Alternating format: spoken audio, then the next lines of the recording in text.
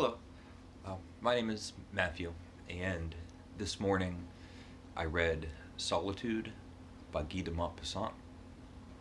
This was recommended to me last night. I was talking to somebody on Instagram.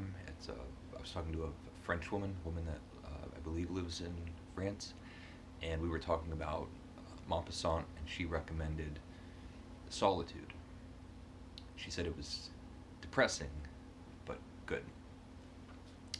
And I found it. I have a collection of Maupassant stories, and it's the story of two men that are leaving a party late at night.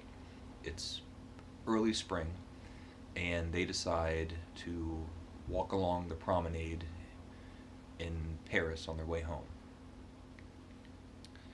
And you get a description of the time, weather, and different things that they're seeing, and they pass a couple sitting on a bench, and it's described as these two figures that make a black spot. So it's a romantic couple sitting together late at night in Paris in the spring. And the story has two characters. It's the narrator and his companion. The companion asked him if they could walk along together. So they're passing this romantic couple, and the companion says, "See this? This depresses me." And at this point, the story is probably more accurately described as a philosophical diatribe. There's no dialogue. The entire story is the companion talking to the narrator, who only summarizes the experience at the very end. And the companion is just saying how our existence is loneliness, how we're isolated and alone. And he goes on at great detail. I'll read one or two passages. So they just saw the romantic couple, and this is his response. "Poor things, they do not inspire me with disgust, but with an immense pity. Among all the mysteries of human life, there is one which I have penetrated. Our great torment in this existence comes from the fact that we are eternally alone. All our efforts and all our actions are directed towards escaping this solitude. Those two lovers there on the benches in the open air are seeking, as all creatures are seeking, to make their isolation cease, if only for a minute or less. They are living, and always will live, alone, and we also." And it goes on from there. They do not change. The speaker, this companion, does not change topics. He just goes more into depth. All the different aspects of loneliness. He says, "You think me slightly deranged, do you not? Listen to me. Since I have felt the solitude of my being, it seems to me that I am daily sinking more deeply into a dark vault, whose sides I cannot find, whose end I do not know, and which, perhaps, has no end. I sink without anyone with me, or around me, without any living person making this same gloomy journey. This vault is my life."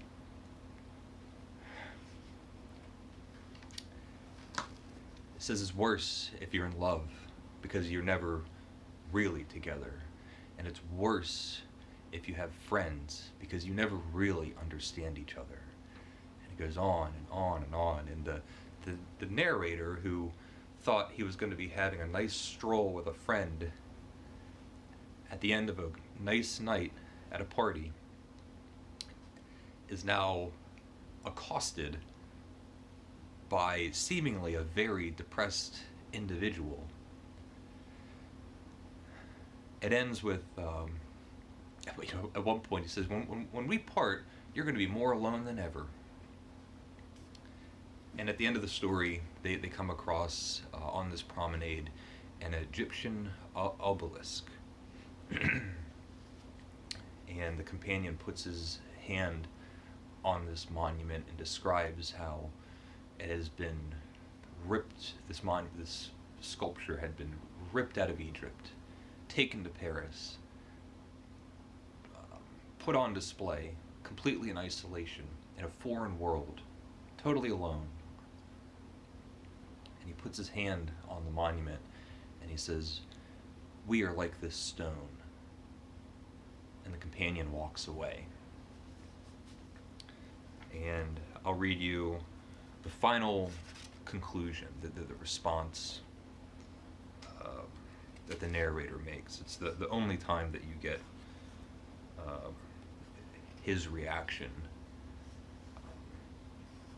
to this tirade.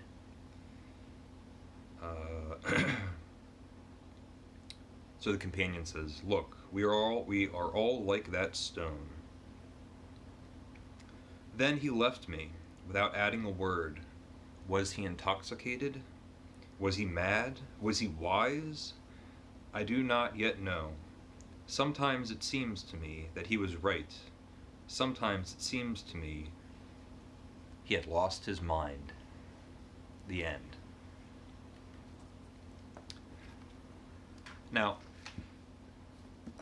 as far as being able to be amused by such a story,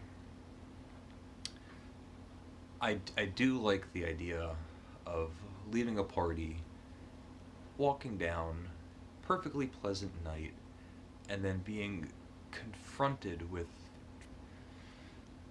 sadness that goes on and on, making good points, making you question your whole entire life. He even says to him, "When we part, you're going to be more alone than ever." And then he walks away. Leaves this guy in the middle of the night, out in the street. Goes, "Well, great. Thank you for that." It doesn't say that, but otherwise, it's more of a philosophical tract than a short story. The characters don't have names. There's really no plot. It's just a construct to tell a certain point of view. Now, this is a short story that I would be very careful to recommend to somebody, even though I love Maupassant. This is not something to read if you are at all depressed or lonely. On the other hand, it's not a very good thing to read if you're happy, if you're really happy. Because you might read it and think to yourself, I'm not as happy as I thought I was. There's a sweet spot that you have to find. I had to be a little careful reading this because I'm, in a lot of ways, a recluse. But it's penetrating. Leaves you with a lot to think about. It's amusing in some ways. The language is beautiful, powerful, strong. All the great things that you get from Maupassant. Efficient. And it doesn't have a twist ending or one of those aha endings that a lot of his short stories can have, but it nails the ending. He always nails it. Maupassant always just nails the ending. If you might be reading one of his stories and think, how is this going to get wrapped up? He always does it just beautifully. So my friend also recommended another short story, or I asked if she could think of the name of one that I had read, which I couldn't. So I'm actually going to read that and probably make another video in a few minutes. Um, Let me know if you've read Solitude, or if you've read anything by Maupassant, or if you like Maupassant, or just comment if you would like. Thank you for watching. Bye.